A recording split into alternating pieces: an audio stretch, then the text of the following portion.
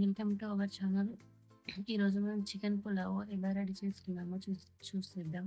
First chicken తీసుకొని అందులో 2 tea స్పూన్ల ఉప్పు, 2 స్పూన్ల కారం, 1 స్పూన్ పసుపు, 1 స్పూన్ అల్లం వెల్లుల్లి పేస్ట్, ఉప్పడంత పుదీనా, ఉప్పడంత కొత్తిమీర తీసుకొని దాన్ని ఫస్ట్ అంతా ఒకసారి కలుపుకోవాలి.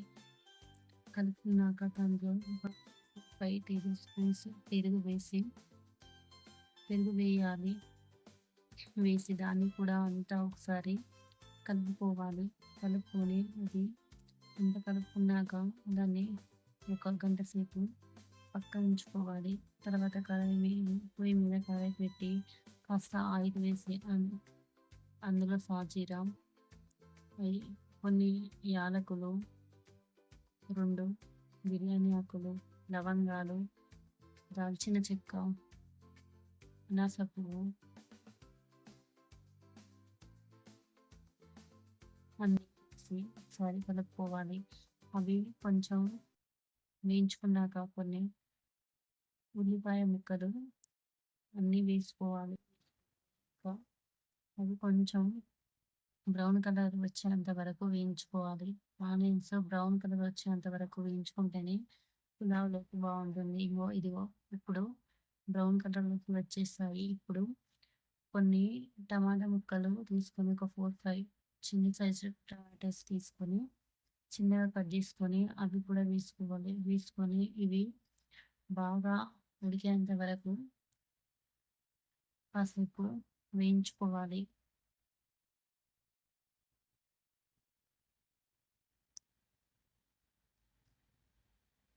ఇప్పుడు చూడండి, టమాటా కాస్త వేగిపోయింది.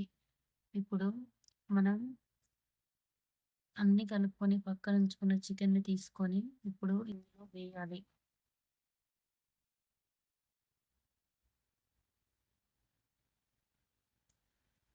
అలా కలుపుకున్న చికెన్ మొత్తంని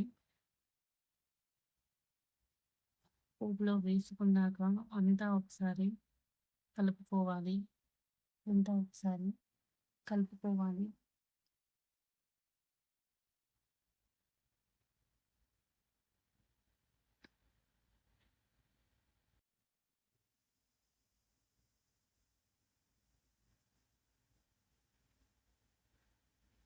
ఇలా ఒకసారి చికెన్ని అంతా ఒకసారి కలుపుకోవాలి. ఫుల్ హై ఫ్లేమ్లో గ్యాస్ పెట్టుకొని 2 టేబుల్ స్పూన్ల ధనియాల పొడి, 1 టేబుల్ స్పూన్ జీలకర్ర పొడి, 2 స్పూన్ల గరం మసాలా పౌడర్ వేసుకొని ఒకసారి మళ్ళీ చికెన్ అంతా కలుపుకోవాలి. చికెన్ అంతా అలా కలుపుకున్నాక ఒక 5 మినిట్స్ అలాగే చికెన్ హై ఫ్లేమ్లో బాగా వేయించుకొని నూనె అంతా ఇలా పైకి వచ్చేంతలా చికెన్ అంతా కలుపుకోవాలి. ఇప్పుడు మళ్ళీ మూత తీసి మళ్ళీ ఒకసారి చికెన్ని కలుపుకొని అప్పుడు ఒక 1/2 అవర్ కడిగి నానబెట్టుకున్న బాస్మతి రైస్ని అప్పుడు దానిలో వేసి దానికి తగినన్ని నీళ్ళు వేసి అందులో కొంచెం పుదీనా, కొంచెం కొత్తిమీర, కొంచెం నెయ్యి వేసుకొని అంతా అన్నాన్ని ఒకసారి కలుపుకోవాలి. అన్నాన్ని ఒకసారి బాగా కలుపుద్దండి. అది బాస్మతి రైస్ కదా, అది ఒట్టిగానే విరిగిపోతుంది. ఒకసారి అన్నీ వేసాక ఒకసారి కలుపుకొని మూత పెట్టుకొని హై ఫ్లేమ్లో ఉంచుకోవాలి. ఇలా మూత పెట్టుకొని హై ఫ్లేమ్లో ఉంచాక హై ఫ్లేమ్ తర్వాత ఇలా మూత తీస్తే బాస్మతి రైస్ మనకు చక్కగా ఉడికిపోతుంది. చూడండి ఎంత బాగుందో. ఇలా